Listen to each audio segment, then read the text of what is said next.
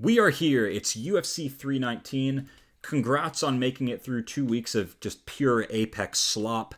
It is Dricus du Plessis versus Khamzat Chimaev.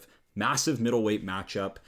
We're going to go Dricus du Plessis with his proven finishing potential in the later rounds against Khamzat Chimaev, who is possibly the most dangerous first-round finisher in UFC history, arguably, but just does fall off a cliff after the first and second round, cardio-wise, finishing potential-wise.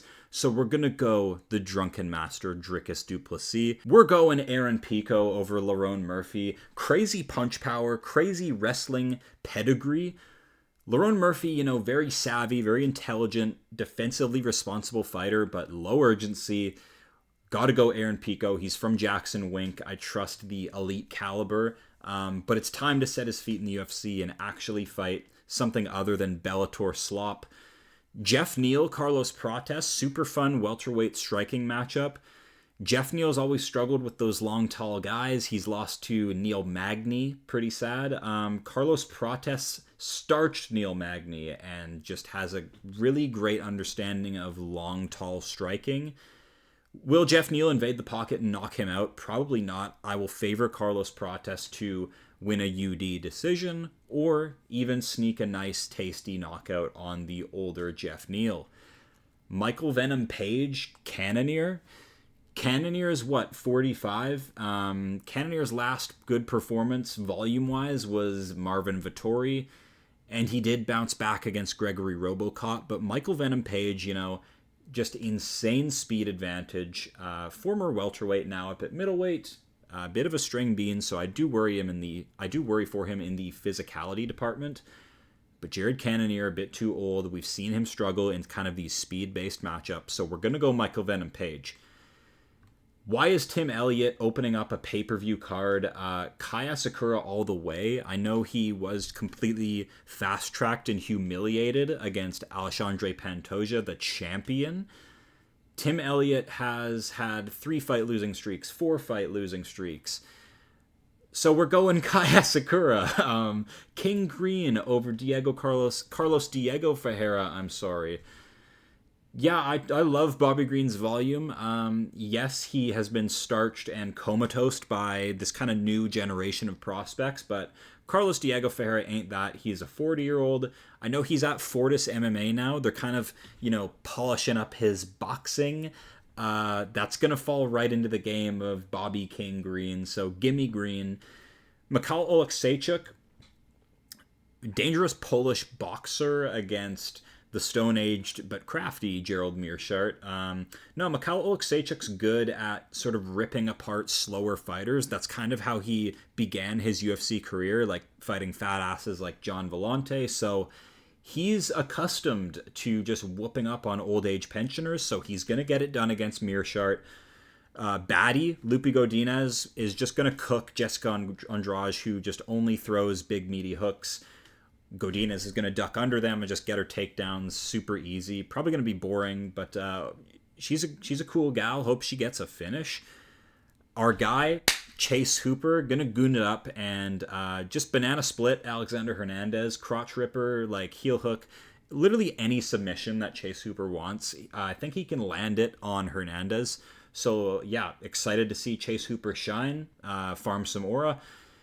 Edson Barboza, close. This is kind of a matchup that should have happened probably back in 2015. But we're going to go Edson Barboza. Drakkar Klose is just kind of a bit too average for my liking. Has a neck injury sustained by Jeremy Stevens shoving him at weigh-ins. Fights like a plank of wood. Edson Barboza, even at this age, dude's looking shredded. Is kind of a wimp in grappling matchups, but super deadly, super dangerous, polished Muay Thai. Give me Edson Barboza. Brian Battle, Nursultan Ruziboev. Don't sleep on this one. This could be the co-main of an Apex card. So just because this one's low down, do not sleep on it. We're going to go Ruziboev because of his heavily padded record, his finishing potential.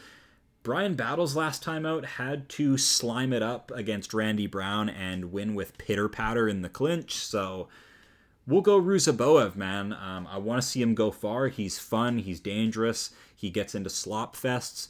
Yeah, just kind of low on Brian Battle right now for the last one that he stunk up. So we're going to go Nursultan Ruziboev. Interesting pay-per-view card. We're going to dive into a quick recap of last week's Apex slop that dropped on my birthday. Anthony Hernandez taking meth backstage and just cooking Roman DOLIDZE in probably the worst beatdown of the year. No, I just banked on DOLIDZE's danger, his punch power, his submission ability, but just wasn't allowed to use them because Anthony Hernandez, man, just he burns so hot. Like, how can a middleweight push this kind of pace and not gas out? It's pretty impressive. He's the Marab of 185. The win streak continues. He's now in top 5 conversation. Good for him. Big fan base is growing for Anthony Hernandez. Yeah, big potty mouth, big self-admitted pothead. I actually think he is on meth, though. I think he takes meth backstage because how he can fight so high pressure and like not even take damage. That's the other thing. He's durable. And so if you're going to be one of these inhumane cardio fighters, having that coupled with durability as well, nightmare fighter right here in Anthony Hernandez. Has been finished early on. I thought maybe DOLIDZE had the finishing potential to, be on the level of a Marcus Perez or a Kevin Holland, but no, Hernandez gets ahead on cardio and just cooks Roman DOLIDZE. Super sad to watch. Brutal stuff. Who you give Anthony Hernandez next? RDR would be fun. He's probably not going to accept, but Robert Whittaker, RDR, I think that's a good, another step up for Anthony Hernandez. I do still think he will be finished at some point, just looking at his physique and the fact that he's been finished in the past by some low-level guys, but I can't make that argument if he keeps just getting these cardio wins. So that was last week. Kind of a slimy bounce back by Steve Erceg. Let's have a debate over whether Erceg actually won this or if he should be on a 4-fight losing streak right now, because he was outstruck by Ode Osborne, but still rewarded the win. So the judges went off body language in this one and gave Erceg the win in rounds 2 and 3. Interesting stuff. Yeah, Ode Osborne kind of just spun his jaw in the first round and it got pretty ugly. And the judges kind of went on body language over, the actual official stats, with Ode Osborne winning. Erceg did have control. That was a nice touch. That probably, gave him the win with the optics. But yeah, interesting stuff. Who else? Feely kind of robbed Christian Rodriguez. I'm super salty about that. Thought Christian Leroy Duncan would get like a tasty masterclass volume win over Anders, but instead just spinning elbows him and picks up a performance bonus. Elijah Smith with a Rampage Jackson slam KO. Told you guys Tiyoshomi Kazama was AI. Android, cyborg, not a real human. Didn't get a single strike in the fight and got took out with a slam KO in round 1. Super high on the baddie, Jocelyn Edwards. She did actually get her KO in round 1, which I said was possible. Uros Medic, we said, would snipe out Gilbert Urbina, who's another pothead, and he did just that. Cody Brundage got robbed. That was last week's Apex slop. Let's dive into Duplessis Chimaev. So, we have an interesting title fight here between two finishers, arguably. The finish rates of both these guys are crazy high. Dricus Du Plessis isn't really in a rush to get you out of there. I mean, he usually likes to get his feet set, find openings, make reads, and sort of builds into the fight. And Dricus's big thing is remaining dangerous in the later rounds, which is kind of the complete opposite of Khamzat Chimaev, who just burns insanely hot and has a style that rewards his aggression. Like, he has a skill set that pairs wonderfully with his aggression, where he is just completely manhandling you, and he has the submission ability to just pounce on chokes and just get an early night's work. Like, just pack up and just not have to even reach these later rounds. So it's going to be an interesting fight where we're going to see Khamzat Chimaev try and get Dricus down and rush that early finish, which we haven't seen anyone really attempt on Dricus yet. They've mostly just been trying to figure out how his game actually works, because it's super awkward. And so if that awkwardness can kind of keep Chimaev at bay, I've said this before, in the Any Good videos, like the clock is Dricus's friend, and in this matchup, the clock is absolutely not Chimaev's friend. We've seen him just become a complete wimp in even the second round of some of his fights, like Gilbert Burns, Kamaru Usman, where he couldn't just run his like instant finish game plan. His like level of danger fades away, you have to admit, and like his volume fades away. I know Kamaru Usman, like one of the better 170ers on the planet, but this Gilbert Burns matchup maybe just had a bad performance, but was only able to really get 2 minutes of control and had a competitive striking bout with Gilbert Burns, who does have power. Gilbert Burns is kind of a good slugger. But yeah, just sort of like a weird, goofy, like fucking mirror matchup on the feet with Gilbert Burns. Back in 2022, like this is the thing, Chimaev isn't that active of a guy, so like he doesn't really get a whole lot of reps in the UFC cage, where Dricus has. Dricus is an active champion, proving that he's got the goods. Like, yes, we can dig into his weird, like, drunken master type style, but it's working.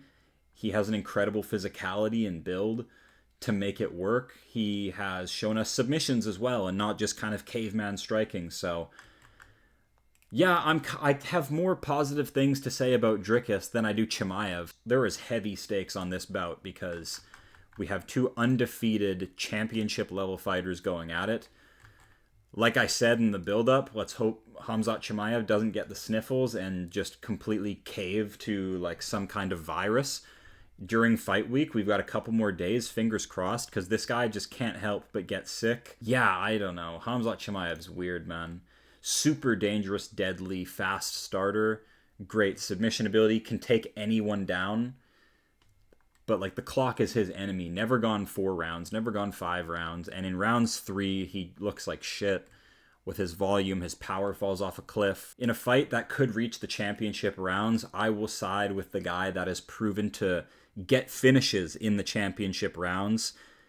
Even if Khamzat Chimaev has proven to just be a nightmare in that first round and been able to finish everyone, like former champion Robert Whittaker got kind of the weird decision over Usman, but yeah, I just don't know what Chimaev looks like in 3, 4, and 5 against Dricus, who is big and deadly, like bigger than Whittaker, bigger than Usman, like definitely more powerful than Kevin Holland in these names. So we're gonna go Dricus. I don't feel great about it, but like you never feel great about a Dricus pick, let's be honest. Lerone Murphy, Aaron Pico. We can't have another Bellator dud. Aaron Pico is like a Bellator product, I know. So like if you are, why am I clicking this? He has no stats. Aaron Pico has crazy punch power, okay? And he's trained with like professional boxers. I don't know the names, maybe like Andre Ward and stuff. Like he's been on interviews saying like, oh, they have such great things to say about me. And like I'm in there with pro boxers and they rate me and all this. Like, please don't be a fraud. Like if Pico loses, like, man, I mean, we can chalk it up to like this is semi-short notice for him, but he's supposed to be in there with Evloev and the pullout, and so he hasn't had like a proper 8-week camp for Lerone Murphy.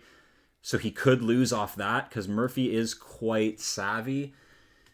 But that's about it. I mean, Murphy is in no rush to do damage, no rush to even build like a huge point lead. He kind of just like runs his style into the opponent and like remains intelligent. That's kind of Lerone's game. And so like we really need to like look at the names who he's come up against. Like first of all, red flag, draw to Zubaira Tukhugov. It's your debut. That's okay. He's obviously grown since then. Ricardo Ramos is cut. Douglas Silva de Andrade is cut. Makwanamiro Akani is cut. Gabriel Santos, interesting career where he's trying to like put it together and build it up. Josh Kulabau, long and gone. So let's talk about these 3 that we can actually rate and like pick apart. Did win like a pretty like high IQ fist fight against Edson Barboza. Did take damage and eat shots, but very intelligent with his defense, shooting takedowns, getting them. He will not get takedowns on Aaron Pico. Highly, highly doubt that. Even if Pico is like death gassed, I don't see that. So it's going to be like Can Murphy like have striking success against PICO to win the fight? We'll see. PICO does eat a lot of kicks to the body, and like PICO doesn't really catch kicks from what I've seen when I was doing the Any Good video. PICO just kind of very like Chris Curtis-esque, like just lets the kicks slam into him. Like, how about you catch one, get an easy takedown? But yeah, close affair with Dan Ige. I don't know if this one was short notice. I think these guys had a full camp for each other, but yeah, tested grappling, back and forth, got took down by Dan Ige as well and reversed twice. Big red flag. So like, I just don't think Murphy's wrestling is up to par, and he's going to get freaked out by the power punching of Aaron Pico. We'll see, though. I mean, this is Aaron Pico's like big spot to prove himself that he's UFC level. I think he is. I think he gets a debut win over Lerone Murphy, is what it is. And I think he has success with ground and pound. Like, I think Lerone Murphy will just freak out and get stuck on bottom position and just get like peppered up and pieced up. And I just kind of envision like the ref stepping in to give Aaron Pico like this early ass TKO finish. That's my take. If Lerone Murphy wins, good for him. He does have a very smart style. I just think he's not urgent enough. Low urgency, low damage. Those are kind of red flags in my book. So yeah, I prefer damage, high level gyms and stuff like Jackson Wink. Let's roll the dice on Aaron Pico's debut. Let's do it. Jeff Neal, Carlos Prates. I think Prates actually gained a lot of stock off this Ian Gary loss, because that's Ian Gary, like just super educated at like running away and still winning in a fight. Like, incredibly elite evasiveness from Ian Gary, footwork wise, all this kind of stuff. He has the ability to shoot and clinch and just burn the clock, like 19 takedowns into Prates. Good stuff. Prates, maybe the issue is low urgency in these kind of veteran matchups, because he did just kind of cook these prelim level guys. The Neil Magny win was, I mean, super easy. Just bombed on Neil Magny. Not much to learn from that fight. Just completely comatose Neil Magny.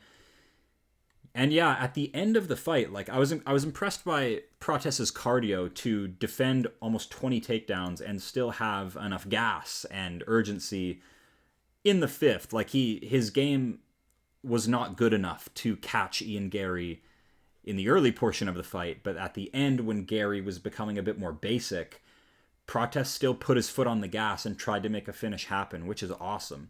And yeah, I just think coming off a 5-round affair with Ian Gary, who is elite level, yeah, Jeff Neal, power puncher, headhunter. Jeff Neal excels in matchups where he is the same height as his opponent, or if they're even like a tad shorter than him, then Jeff Neal's going to rip you up. Absolutely going to rip you up. Fantastic southpaw boxer, Fortis product. Yeah, good stuff. Just think he's a bit too old aged, has shown to constantly struggle in these rangy matchups and just not find damage. Like, that's the biggest thing. He can still find some volume. Like when he fought Ian Gary, it was minute by minute more competitive. I don't know if he banked any leg kicks. They both did a bit of leg kicking, but yeah, and clinching, which was good. Like, he almost did beat Ian Gary, like very MMA performance. Like, let me get my strikes, move around, bank clinch time, but just wasn't enough, I guess. I guess they went with Ian Gary's smidgen more of volume. And yeah, Neal just didn't get his power off. No visible, like, power. Just can't, like, swing optics in his way. But we'll see. If Jeff Neal just invades the pocket and violates Prates, I'm going to be so pissed, because I do like Jeff Neal, but I'm going to say Prates wins the fight. Cannonier Page, people are really passionate about this one online. They're picking Cannonier quite confidently from what I see. How you can, I mean, if you're going to pick any like 40 fucking 5-year-old to win a fight, it's Jared Cannonier. Man's a physical freak, has a pretty well-rounded game, all things considered, even if the volume's kind of low. Obviously, he completely violated. What sticks out is him just violating Marvin Vettori and arguably beating Sean Strickland on damage. But yeah, just when it becomes tactical and high IQ against people who are willing to like run away and just be super smart. I'm speaking of Israel Adesanya and Mavov Baralho, who just kind of understands striking a bit better and space and distance. Like, Cannonier used to be a heavyweight, so like his early career, I think he has a couple things in his game that like his brain is still like wired like a heavyweight. When he's in kind of a fleeter foot, faster man's division now. And Michael Page is like the epitome of that, like just all speed, like physical wimp, like string bean. But when we're talking like single shot devastation, fleet footwork, even at like 38, Michael Page is still capable of shutting your lights out. Doesn't have that UFC KO yet, so I see the skepticism. Kevin Holland, notorious Iron Chin, and Shar Magomedov minded his P's and Q's and didn't really get like bombed on, but did get outclassed. Didn't land a single punch to Page's head in the whole fight. So Page, I bank on the evasiveness, the elusiveness to beat Jared Cannonier. I know he's coming off an impressive win over RoboCop. That was his last fight, right? Where he got swarmed on with big bombs, but like rallied back and yeah, didn't get his chin touched too bad. Showed some great defensive responsibility and got a sick win over RoboCop Rodriguez, who I'll call a prospect. Completely different style matchup against Page, so I almost don't even count this. He's going to go back to fighting like Michael Page is of the Baralhos and the Imavovs in terms of striking savvy, like quickness, footwork, not so much like punch power like Rodriguez, but yeah, tough task for Cannonier. We're going to go Page. Most likely, probably Page boring decision win, but would not be surprised if he sneaks in just a disgusting, deadly like Michael Venom Page KO of old and just stiffens Cannonier out, sends him packing. I think a retirement's coming. It has to be from Cannonier. I mean, come on. Tim Elliott, Kai Asakura. Are we serious with this one? Tim Elliott, mega veteran of the flyweight division, been around for probably well over a decade now. UFC on Fox, Diaz Miller, 2012 in New Jersey. Interesting. Same card as Michael Johnson, Tony Ferguson. Wow. Yeah, don't really rate Tim Elliott. We have here a 4-fight losing streak, a 3-fight losing streak. Sort of, as of late, has been wrestling well, to be fair. Tim Elliott, very goofy, awkward style at flyweight. Hard to inflict damage upon, very scrappy, very wiry. Decent frame for flyweight. But against Kai Asakura, I mean, this guy, yes, he's not proven in the UFC. Was he fast-tracked and just completely bitched by Alexandre Pantoja? Yes. But that's the champion, man. They never should have put this fight together. You can't just... I don't care if they're a prospect or a former champion from other promotions. You don't just give them the champion. I'm sorry. Especially a champion who's already banked some defenses. Like, I don't know, man. So yeah, Kai Asakura, pretty hard-hitting flyweight striker. He was easily taken down by Pantoja, so maybe Tim Elliott gets takedowns here, but what is Tim Elliott going to do with those? Probably not much. He's not the biggest finisher.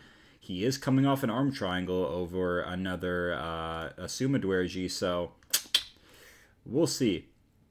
Realistically, if Tim Elliott beats Kai Asakura, Asakura's career is completely destroyed. I mean, Tim Elliott is not the level of contender that should be shutting down a Kai Asakura with his wrestling and grappling. And yeah, Tim Elliott has volume, sort of. Kai Asakura is just a lot more hard-hitting, though. I mean, yeah, as for the more dangerous, promising flyweight here, I'm going to go with Kai Asakura. He is quite younger. Tim Elliott is, yes, experienced, but come on. Tim Elliott opening up one of the bigger pay-per-views of the year, or the main card, sorry. Disgraceful. Disgusting. Hope Tim Elliott gets finished. He's cheated before, grabbed gloves, all this kind of stuff. Likes to talk trash. We'll go Kai Asakura. Not too much feelings with it. It just seems like a Kai Asakura, like, here you go, here's your bounce back. We want you in the UFC. Here's Tim Elliott. So we'll leave it at that. We won't overthink it too much.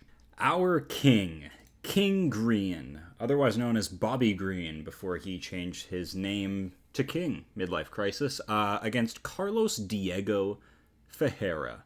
Interesting lightweight matchup here between two old heads. Both guys are dangerous in their own way. First of all, Bobby Green. What can we say? Give it up. This guy receives so much slander and shit talk because he does have a bit of autism, but cool, fun fight style. What a character. Mega veteran. Like, you should have retired a long time ago, but he loves money. Think he can get the fight done with some good volume because the last two fights he's been just instantly finished and didn't get out of first gear because Paddy Pimblett and Ruffy are fresh in their prime prospects. He's obviously going to lose those fights, but when you give Bobby Green somebody more like 2012-esque, like Carlos Diego Ferreira, like I think he's going to shine and excel. Like, yeah, we were seeing Michael Johnson basically piece up Diego until that nightmarish KO. He did just completely school and fuck up Rebecca, though. This was a crazy fight with a lot of fun grappling. But he did just sneak in damage on Rebecca, who we found out just is horny for punishment. Like, so, yeah, interesting. Could he catch Bobby Green? Of course, anyone can catch Bobby Green with his hands at his damn dick. But I love when Green just, like, gets into a volume rhythm and just schools people. And I'm kind of predicting that here over Diego, who's at Fortis now, and they are really polishing his hands. But I think that's actually a detriment to his game. Way back in the day, like when he was fighting Dariush Poirier, like absolutely atrocious striking, but he was like he's a deadly awesome scrambler. Like if you want to see fun grappling, go watch some early Carlos Diego Ferreira. But he's at Fortis now for whatever reason, and they're like all they care about is boxing basically. And I think he's gonna go out there, have a striking fight, fist fight with Bobby Green, get schooled up. So we're gonna go Bobby Green. Want to see him bounce back off this losing skid, but he is damaged goods, so it's low confidence. The great GM3, Mikhail OLEKSIEJCUK. GM3 has like 70 fucking pro fights. What can we even say? Super savvy black belt, some decent little power striking, but other than that, kind of has the Eric Andrus problem of being too slow to like even enforce his game anymore. Like that's the thing. He's a bit too like beat up with damage. And that's kind of all OLEKSIEJCUK does, is dish out punishment. So this is looking like a Mikhail OLEKSIEJCUK round 1 KO with his, just abusing his speed advantage. He's a younger guy. His whole game is kind of based on fast twitch speed. He has very like small hands and small arms, but that actually works for his style. He can whip out nasty boxing combos. So I think he just dusts up GM3, who could out physical him. That's how Mikhail's lost in the past, is basically just getting blobbed on and just out physicaled because he is kind of undersized, no muscle definition, skinny fat, but he's playing a different game. He's just coming out and trying to just overwhelm you with a barrage of punches. And that's kind of GM3's weakness. Pyfer did that. I know Mikhail's probably not as heavy-handed as Pyfer, but yeah, knows what he's doing with volume. And he's training with the Fighting Nerds now. I don't know if he's like a Polish guy, but lots of photos of him training with Kyle Baralho, who kind of like schooled him. But yeah, we'll trust in my guy Mikhail. Always looking for KOs, good stuff. Coming off the finish of Cedric Dumas. Meanwhile, GM3 had that De Ridder loss where he did goofy it up and kind of remained competitive with De Ridder for a bit. But yeah, just too old to like enforce his game anymore. Sorry, GM3. Lupi Godinez is a babe. She's definitely going to beat Jessica Andrade, who has like 2 feet out the door, we'll say. Think she's on OnlyFans, just picking up checks, collecting the bag. Lupi Godinez did enter the UFC a bit green and took a loss to Mackenzie Dern, which is kind of a red flag, but the Jandaroba loss we'll let go. That's not too bad. Interesting gal, okay? She is 5'2", but scrappy, like high-pace grappler, Nurmagomedov style, likes to go for her takedowns, tie up legs, secure ankles, hard to take down herself. The striking is okay. She's a bit of a shadow boxer, but did have the goods to beat Tabitha Ritchie, who I believe one judge gave Tabitha Ritchie all 3 rounds. Complete corruption spotted. But yeah, Lupi Godinez, I like what I see. Had a 4-fight win streak going. and a nice little finish over Elise Reed, and then went from Tabitha Ritchie to Verna Jandaroba, which is just a crazy step up. Competitive loss, so don't even really take issue with her losses. The Mackenzie Dern one is tough. Yeah, Dern, that's kind of a good matchup for her. She can just like use her BJJ to like freak out Godinez and win the scrambles. Yeah, Godinez just couldn't bank on that physicality to deal with Dern, and just didn't have the stand-up to really like sneak ahead on the cards. Bounces back with a win over Julia Pilastri, who's high volume. Runs her wrestling game plan. How many is she shooting here? 11. Good stuff. She'll shoot a bunch into Andrade, who is like big and beefy, just kind of like a big beefy gal. Just super heavily muscled, but literally strikes like a caveman, like just wings, hooks. Like Godinez is just literally going to go under the hooks and take you down. Andrade has not evolved. Like, for as many fights as she's put in the UFC, like ultra veteran, the growth we've seen is just like laughable. Like, if you're going to have 25 fights in the fucking UFC, like, I want to see a bit more evolution, no matter who you are, what your style is. Like, I want to see polishing and improvement as you go on. Not the case with Andrade. Still gets like volumed up by everybody. Only chance at winning is fluke sub or fluke power. So yeah, the record's getting uglier and uglier. Instantly finished by my girl Jasmine Jasudavicius. Think Lupe Godinez can win with maybe not a finish like a sub, but definitely just exposing Andrade. Like, the blueprint's written. Go deal with her. We have Chase, the goon Hooper, against Alex Hernandez, who's finally like a bit of a step up for Chase. Yeah, people kind of dog on Chase because of he's getting the old heads, right? Jim Miller, Clay Guida, like, what is his record? 8-6 Borshev. So it's time for a step up for Chase. He has a nice clean record now, good win streak. He's showing growth. Alexander Hernandez is not showing growth. Fluked his way into the UFC, faking a glove touch on Beneil Dariush, and since then, win-loss, win-loss, win-loss. Some respectable losses and some like what are you doing type losses, like Cerrone, respectable. Moises, I guess you got out savvied. Moicano took you out. But then we talk about like Billy Quarantillo, Bill Algeo, Damon Jackson. They're all long gone and cut. So yeah, what have you done for me lately, Alexander Hernandez? Not found a KO in how many years? In about 5 years, you haven't done anything finish wise and looked dangerous. Arguable robberies to Kurt Hollabaugh, Austin Hubbard. So we'll see. Hernandez is powerful, a bit stockier and shorter, but I think Hooper can just navigate to the back and find a sub pretty easily. Where this could go wrong is Hooper getting like maybe tired and stuck on the feet, but yeah, I don't know if Hernandez is that guy to like push that heavy of a pace. Maybe he comes out like he did against Beneil and just like go full retard and find a one-punch KO on Chase. I don't see it. Hooper knows what to do in these matchups, like be long, be tall, out at range, and then read the shot, slip in, scramble it, either get a takedown, securing the ankle, or just backpacking, threatening with subs, freaking people out, leading them into submissions. In the past few years, rear naked choke, Darce armbar. See what I mean? Like, he can find anything. Just needs a bit of time to navigate the position. Does need to scramble a bit and wrestle a bit to find it, but I think we'll have a couple engagements here with Hernandez that he'll find what he wants. I don't think Hernandez is going to outpower Chase Hooper up at lightweight now.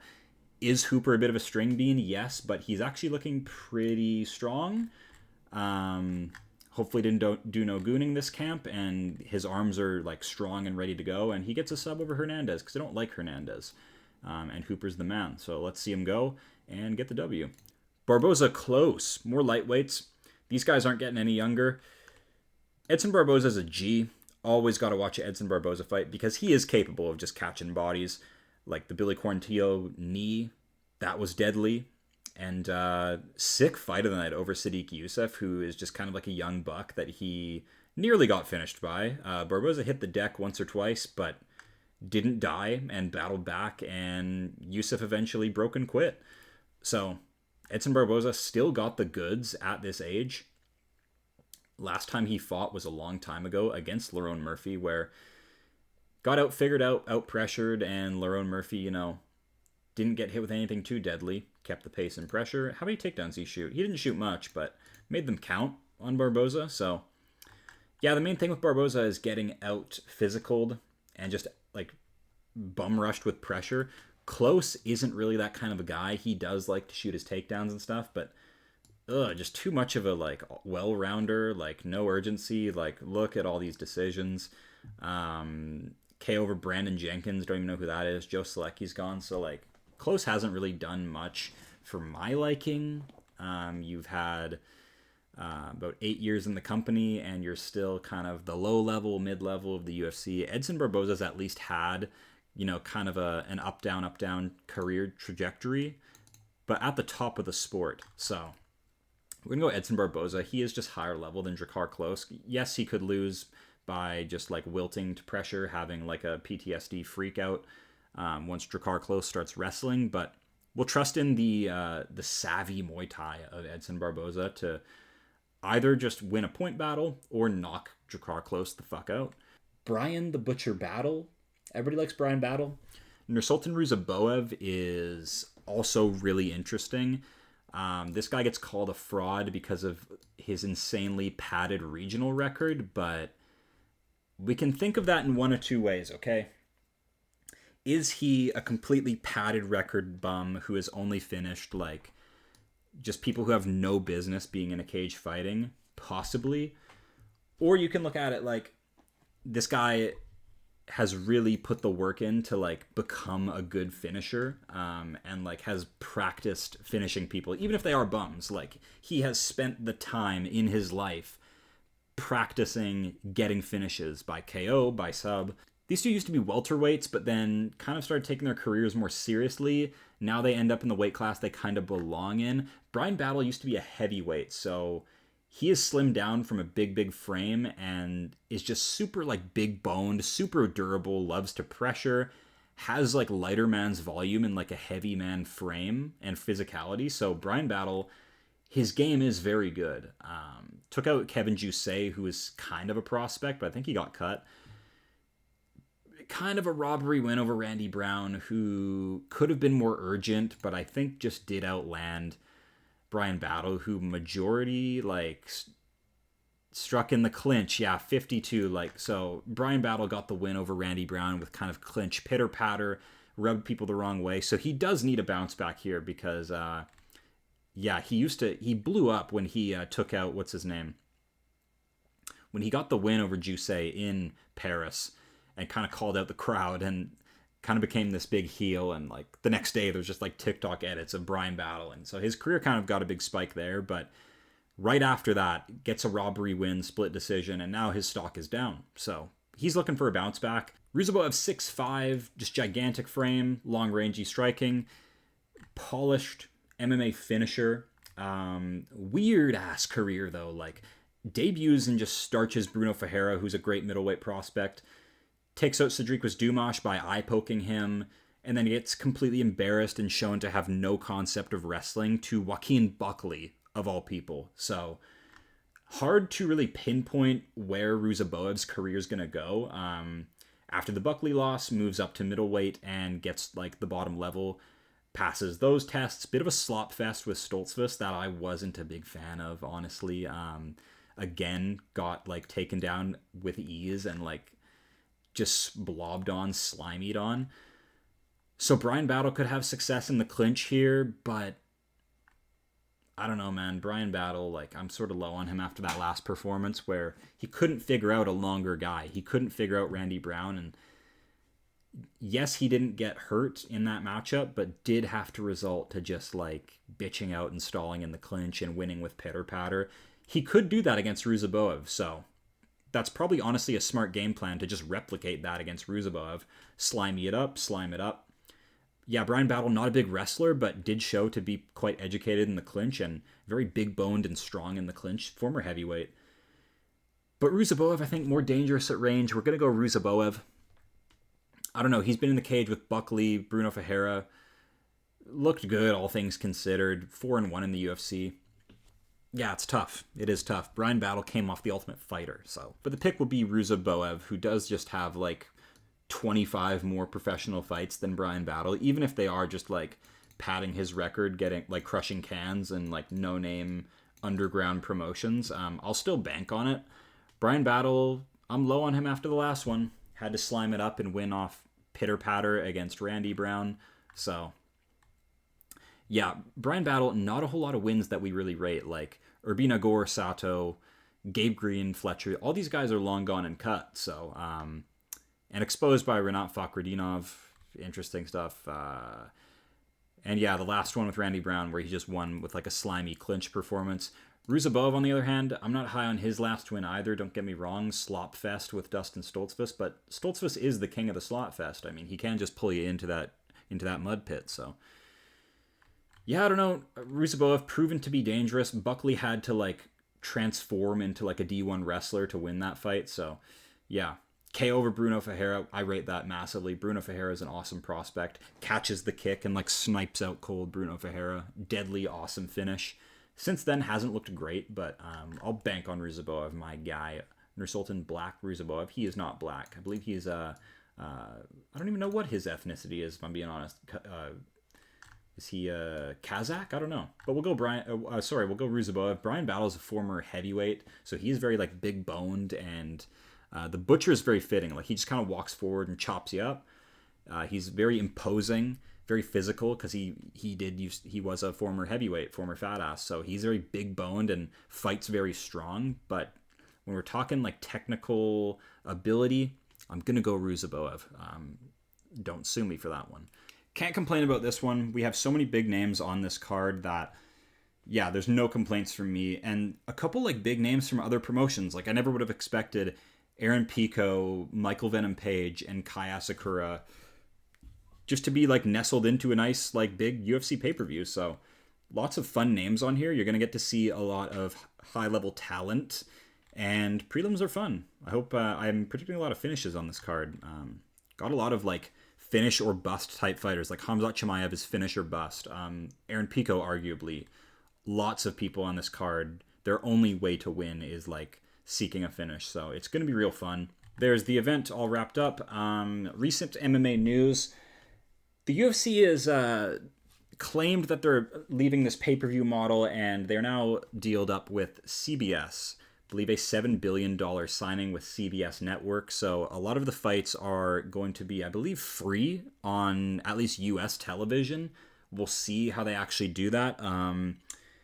Will it be like back in the days, like Spike TV, you just turn on Spike and you got your fights? Probably not. The world's changed a lot. The UFC mainly just cares about running ads now and all this sort of stuff. Just max monetization. Don't care about like giving out high quality stuff to the fans. It's all about monetization. So we'll see. I was hoping for a Netflix kind of deal. That seemed like it would be a bit better. Because, you know, Netflix, like, typically speaking, like low cost, low ads. Just, I don't know how all that kind of stuff works, but I would have loved to see it on Netflix. And I think that would have grew the sport a bit more. But, you know, it's back on network television. I don't believe they're even associated with ESPN anymore moving forward, other than like, I guess, like ESPN MMA, like the news networks, like MMA News and all this kind of stuff, and the journalists and this sort of stuff. In other news, Arman Tsarukyan is heavily campaigning for Ilia Topuria, just running like humiliation rituals, trying to make skits to like, I guess, weasel his way into a Ilia Topuria fight. We've said this before in a video a while back. The stock is low on Arman Tsarukyan, and he doesn't understand this. Like, you realize when the visual of you being nearly choked out by Charles Oliveira on multiple occasions, even if you win, like, the stock is low on you, Arman. How he can't realize that, like, I know he's just kind of like a privileged, spoiled kid that just like looks at his 4-fight win streak and like, you know, just has like complete like entitlement issues and feels he like deserves this. But like, no, you pulled out of a pay-per-view on a week's notice. But the bigger thing that nobody talks about is like buried in the subconscious mind of the MMA fan, like your stock is low after this Oliveira win. Cause like, yes, you won, but like you were nearly put out cold on a few occasions. So like that visual is out there. That's going to resonate with the MMA fan, not your skits where you chase around like a chicken and call it like Ilia Topuria. Like, Armin, we're not like 13 years old. Like, that's not really going to work to like get you your title fight. They're going with Gaethje, so just waiting for that to be announced. Gaethje Topuria, wow. Puncher's chance, like Gaethje's probably just going to get highlighted. I can see Gaethje actually landing his punches on the chin of Topuria, but they just won't have an effect. Like, he is quite a bit bigger, so I shouldn't say that, but Ilia Topuria is like young and like in prime, low damage on his chin, other than the Jai Herbert kick to the chin, but Gaethje is like damaged goods off the charts. Like, in a matchup where they're going to just be slinging heavy punches, like, how do you not pick Ilia Topuria in that matchup? Good for Gaethje. He's going to lose and retire. More aura, fame, and spotlight for Topuria. I'm all for it. Yeah, that's the event, folks. Get hyped for UFC 13. Put your thoughts down below. That's it for me. Thanks, guys.